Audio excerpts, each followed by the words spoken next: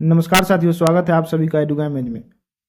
आज हम फिर डीएलएड एंट्रेंस एग्जाम के प्रीवियस ईयर क्वेश्चन के पार्ट 2 में लाया हूँ। पहला क्वेश्चन है, चेरो जनजाति कहाँ के रहने वाली थी? तो इसका उत्तर हो जाएगा पलामू। क्या उत्तर हो जाएगा? पलामू। चेरो जनजाति कहाँ के रहने वाली थी? पलामू। पलामू जो है झारखंड राज्य में पड़ता है। पलामू कहाँ पड़ता है? झारखंड राज्य में। अगला प्रश्न है, अरेबिका किस्म की कॉफी शुरू में निम्नलिखित में से किस देश से लाई गई? यानी अरेबिका किस्म के कॉफी भारत में किस देश से लाई गई? तो इसका उत्तर हो जाएगा यमन। अगला प्रश्न है, all India trade union Congress का गठन कब और किसकी अध्यक्षता में किया गया? तो इसका उत्तर हो जाएगा 31 अक्टूबर 1920 ईस्वी में लाला लाजपत राय के द्वारा किया गया था। All India trade union Congress का गठन 31 अक्टूबर 1920 में लाला लाजपत राय के द्वारा किया गया था। अगला प्रश्न है, प्रथम विश्व युद्ध की समाप्ति के बाद किसके द्वारा यूरोप की अर्थव्यवस्था को पुनर्जीवित करने का प्रयास किया गया? इसका उत्तर हो जाएगा अमेरिका। अगला प्रश्न है, विश्व की कितने प्रतिशत जनसंख्या भारत में रहती है? विश्व के कितने प्रतिशत जनसंख्या भारत में रहती है? तो इसका उत्तर हो जाएगा 0.175। क्या उत्तर हो जाएगा? 0.175। अगला प्रश्न है, निम्नलिखित में से कौन सा राज्य बांग्लादेश को नहीं छूता है? कौन सा राज्य बांग्लादेश को नहीं छूता है? तो इसका उत्तर हो जाएगा मणिपुर। क्या हो जाएगा? मणिपुर। तो हम यहाँ मानचित्र है, यहाँ देख सकते हैं कि मणिपुर यहाँ पड़ता है। देखिए यहाँ पड़ता है। बांग्लादेश के साथ कौन कौन राज्य लगता है? तो त्रिपुरा हो गया, उसके बाद मेघालय हो गया, उसके बाद पश्चिम बंगाल हो गया, और कोई है असम का भी थोड़ा सा क्षेत्र लग रहा है यहाँ पे, ध्यान दीजिएगा। इसमें है ये है असम, त्रिपुरा, मिजोरम, एक बांग्लादेश हो जाएगा। तो ये इसका उत्तर हो जाएगा, जो नहीं लग छूता है वो मणिपुर हो जाएगा। अगला प्रश्न है, खनिज और जीवाश्म ईंधन गैर नवीकरणीय संसाधनों के उदाहरण हैं जो उनके गठन के लिए ... लेते हैं। क्या लेते हैं? यानी लाखों वर्ष लेते हैं। खनिज और जीवाश्म ईंधन जब एक बार समाप्त हो जाएगा तो उसके गठन के लिए यानी फिर से लाने के लिए लाखों वर्ष लग जाता है। अगला प्रश्न है, आज भारत में जल विद्युत शक्ति लगभग योगदान करती है उत्पादित कुल बिजली का ... प्रतिशत। यानी आज भारत में जल विद्युत शक्ति लगभग योगदान करती है, कुल उत्पादित बिजली का कितना प्रतिशत योगदान करती है? तो इसका उत्तर हो जाएगा 22%। क्या हो जाएगा? 22%। अगला प्रश्न है, ... स्थानीय प्रजाति का एक उदाहरण है। ... स्थानीय प्रजाति का एक उदाहरण। इसका उत्तर हो जाएगा निकोबार कबूतर। क्या हो जाएगा? निकोबार कबूतर। अगला प्रश्न है, पारंपरिक स्रोत ... है। पारंपरिक स्रोत क्या है? तो इसका उत्तर हो जाएगा पारंपरिक स्रोत खत्म होने वाला स्रोत है, इसी को अनवीकरणीय कहते हैं। पारंपरिक स्रोत को इसी को अनवीकरणीय कहा जाता है। अगला प्रश्न है, असम बरौनी कानपुर पाइपलाइन से किस तरह के पदार्थ का परिवहन होता है? असम बरौनी कानपुर पाइपलाइन के किस तरह के पदार्थ का परिवहन होता है? तो इसका उत्तर हो जाएगा पेट्रोलियम उत्पाद। क्या हो जाएगा? पेट्रोलियम उत्पाद। अगला प्रश्न है, बिहार की प्राचीनतम नदी घाटी परियोजना है। तो इसका उत्तर हो जाएगा सोन नदी घाटी परियोजना। सोन नदी घाटी परियोजना है बिहार का प्राचीनतम नदी घाटी परियोजना है। अगला प्रश्न है, बुनियादी नियमों का लिखित रूप है। बुनियादी नियमों का लिखित रूप क्या है? तो इसका उत्तर हो जाएगा संविधान। क्या हो जाएगा? संविधान। अगला प्रश्न है, विशिष्ट व्यक्ति और साधारण व्यक्ति के वोट का मूल्य होता है। विशिष्ट व्यक्ति और साधारण व्यक्ति के वोट का मूल्य एक होता है। कितनों अमीर रहे और कितनों गरीब रहे, सबके वोट का मूल्य एक होगा, अलग अलग नहीं होगा। अगला प्रश्न है, भारत के राष्ट्रपति जो लोकसभा के अध्यक्ष होते हैं।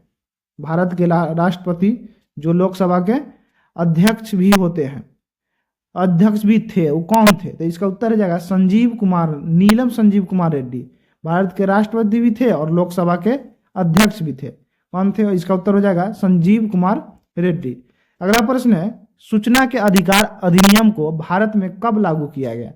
सूचना के अधिकार अधिनियम को भारत में कब लागू किया गया? इसका उत्तर हो जाएगा 12 अक्टूबर 2005 ईस्वी को। 12 अक्टूबर 2005 ईस्वी को। अगला प्रश्न है, सत्ता साझा करने की निम्नलिखित प्रणालियों में से किसी एक को जांच और संतुलन कहा जाता है? सत्ता साझा करने की निम्नलिखित प्रणालियों में से किसी एक को जांच और संतुलन कहा जाता है। तो इसका उत्तर हो जाएगा शक्तियों का क्षैतिज वितरण। क्या हो जाएगा? शक्तियों का क्षैतिज वितरण। अगला प्रश्न है, नागरिकों के प्रति जवाबदेही ... का सबसे बुनियादी परिणाम है। नागरिकों के प्रति जवाबदेही ... का सबसे बुनियादी परिणाम है। तो इसका उत्तर हो जाएगा लोकतंत्र का बुनियादी परिणाम है, लोकतंत्र का। यदि आप चैनल पर नए हैं तो चैनल को सब्सक्राइब कर दीजिए। अगला प्रश्न है, लोकतंत्र के विकास के तीसरे चरण में किस विचार को मान्यता मिली?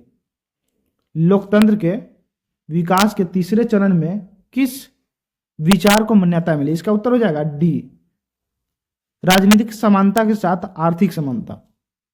अगला प्रश्न है, स्थापित लोकतंत्र के संबंध में विस्तार की चुनौतियों के बारे में निम्नलिखित में कौन सा कथन सत्य है? पहला ऑप्शन पढ़ते हैं, स्थानीय सरकारों को अधिक शक्ति सुनिश्चित करना और संघ के सभी इकाइयों के संघीय सिद्धांत का विस्तार करना, यह भी सही है। महिलाओं और अल्पसंख्यक समूहों आदि को शामिल करना इस चुनौती के अंतर्गत आता है, यानी दोनों को शामिल करना, महिला और अल्पसंख्यक। भारत, यह भी सही है। भारत और अमेरिका जैसे अन्य लोकतंत्र सहित अधिकांश देश इस चुनौती का सामना करते हैं, यह भी सही है। लोकतंत्र के चुनौती का सामना सभी देश करते हैं। इसका उत्तर हो जाएगा डी, इनमें सभी। अगला प्रश्न है, भारतीय लोकतंत्र की कमजोरी को दूर करने का सर्वश्रेष्ठ उपाय क्या है? भारतीय लोकतंत्र के कमजोरी को दूर करने का सर्वश्रेष्ठ उपाय क्या है? तो इसका उत्तर हो जाएगा सुधारात्मक कानून का निर्माण, यानी जो सुधार होने वाला कानून है उसका हम निर्माण करें। अगला प्रश्न है,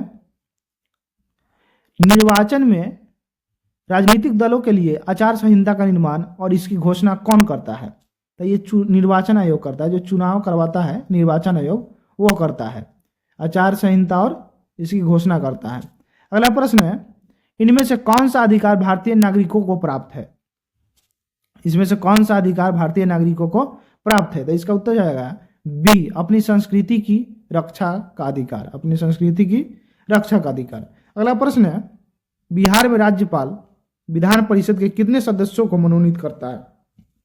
बिहार में राज्यपाल विधान परिषद के कितने सदस्यों को मनोनीत करता है? इसका उत्तर हो जाएगा 1/6 भाग। क्या हो जाएगा? 1/6 भाग। अगला प्रश्न है, भारत के प्रथम चुनाव आयुक्त कौन थे? भारत के प्रथम चुनाव आयुक्त कौन थे? तो इसका उत्तर हो जाएगा सुकुमार सेन। क्या हो जाएगा? सुकुमार सेन। अगला प्रश्न है, जारू जेलेंस्की किस देश के राष्ट्रपति थे? जारू जेलेंस्की किस देश के राष्ट्रपति थे? तो इसका उत्तर हो जाएगा पोलैंड। क्या हो जाएगा? पोलैंड। अगला प्रश्न है, सासाराम नगर का विकास किस काल में हुआ था? सासाराम नगर का विकास किस काल में हुआ था? सासाराम नगर का विकास किस काल में हुआ था? इसका उत्तर हो जाएगा मध्य युग में। कब हुआ था? मध्य युग में हुआ था। अगला प्रश्न है, हुगली औद्योगिक प्रदेश का केंद्र है। हुगली औद्योगिक प्रदेश का केंद्र है। तो इसका उत्तर हो जाएगा कोलकाता हावड़ा। कोलकाता हावड़ा। अगला प्रश्न है, ... का उपयोग ताप विद्युत संयंत्रों में किया जाता है। ... का उपयोग ताप विद्युत संयंत्रों में किया जाता है। तो इसका उत्तर हो जाएगा जीवाश्म ईंधन का उपयोग ताप विद्युत संयंत्रों में किया जाता है। अगला प्रश्न है, संविधान की धारा 21 का संबंध है। संविधान की धारा 21 का संबंध है तो वन्य जीव तथा प्राकृतिक संसाधनों के संरक्षण के लिए। जो संविधान की धारा 21 में वन्य जीवों और प्राकृतिक संसाधनों के संरक्षण के संबंध में बताया गया है। अगला प्रश्न है, मीठे पानी का लगभग 70% ... ग्रीनलैंड और दुनिया के पर्वतीय क्षेत्रों के बर्फ के चादरों और ग्लेशियरों में ढका गया है। ग्लेशियरों में ढका गया है। इसका उत्तर हो जाएगा अंटार्कटिका। क्या हो जाएगा? अंटार्कटिका। अंटार्कटिका में सबसे ज़्यादा बर्फ है, वहाँ बर्फ कोई आबादी नहीं रहता है। ये महाद्वीप है लेकिन कोई आबादी नहीं रहता है। यह वैज्ञानिक अनुसंधान यहाँ पे किया जाता है अंटार्कटिका में। अगला प्रश्न है, राजस्थान राज्य सौर और ... ऊर्जा के साथ बहुत अच्छी तरह से संपन्न है लेकिन जल संसाधनों की कमी है। तो ये हवा, वाइंड, वाइन, इसका उत्तर हो जाएगा वाइन। अगला प्रश्न है, विश्व का सर्वोच्च शिखर माउंट एवरेस्ट किन दो देशों के सीमा पर स्थित है? माउंट एवरेस्ट, इसका ऊंचाई जो है 8848 मीटर है, 8848 मीटर, 8848 मीटर है, 8850 भी कहीं कहीं रहता है। ये पूछ रहा है किन दो देशों के बीच, इसका उत्तर हो जाएगा भूटान, नेपाल और तिब्बत, नेपाल और तिब्बत। अगला प्रश्न है, भारतीय भूभाग विश्व के कुल भौगोलिक क्षेत्रफल का कितना है? भारतीय भूभाग जो है विश्व के कुल भौगोलिक क्षेत्रफल का कितना है? 2.4 हो जाएगा।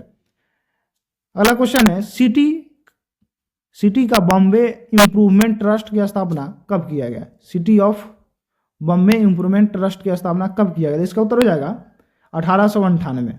क्या हो जाएगा? 1898।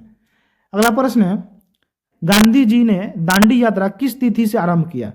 गांधी जी ने दांडी यात्रा किस तिथि से आरंभ किया? तो इसका उत्तर हो जाएगा 12 मार्च 1930।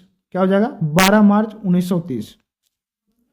अगला प्रश्न है, लीग ऑफ नेशंस की कमजोरी के बारे में निम्नलिखित में से कौन सा कथन सत्य है?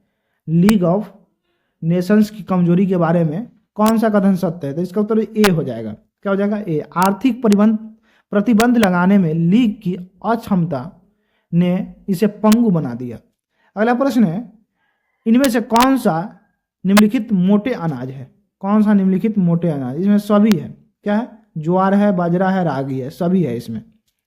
अगला प्रश्न है, समुद्री मार्ग से विश्व का परिभ्रमण सबसे पहले किसने किया? यानी पूरे विश्व का परिभ्रमण समुद्री मार्ग से किसने किया? तो इसका उत्तर है मैगलन। क्या हो जाएगा? मैगलन। अगला प्रश्न है, चीन की खोज किसने किया? चीन की खोज किसने की है? इसका उत्तर हो जाएगा मार्को पोलो, जो इटली के रहने वाला था, मार्को पोलो। अगला प्रश्न है, निम्नलिखित में से किस वीडियो को उल गुलान महान हंगामा के भी नाम से जाना जाता है? इसका उत्तर हो जाएगा मुंडा विद्रोह को। कौन सा विद्रोह? वीडियो नहीं होगा, विद्रोह। विद्रोह को महान हंगामा यानी उल गुलान के नाम से जाना जाता है। इसका उत्तर है मुंडा विद्रोह। अगला प्रश्न है, रूसी क्रांति के दौरान बोल्शेविक पार्टी के नेता कौन थे? रूसी क्रांति के साथ बोल्शेविक पार्टी के नेता कौन थे? तो इसका उत्तर है व्लादिमीर लेनिन। Vladimir Lenin. कब हुआ था रूसी क्रांति? तो 1917। 1917 बोल्शेविक क्रांति भी इसको कहा जाता है, 1917 को। अगला प्रश्न है, 1920 के नागपुर में कांग्रेस के वार्षिक सत्र के दौरान असहयोग आंदोलन का मुख्य प्रस्ताव निम्नलिखित में से किसने प्रस्तुत किया? इसका उत्तर हो जाएगा CR दास। क्या हो जाएगा? CR दास।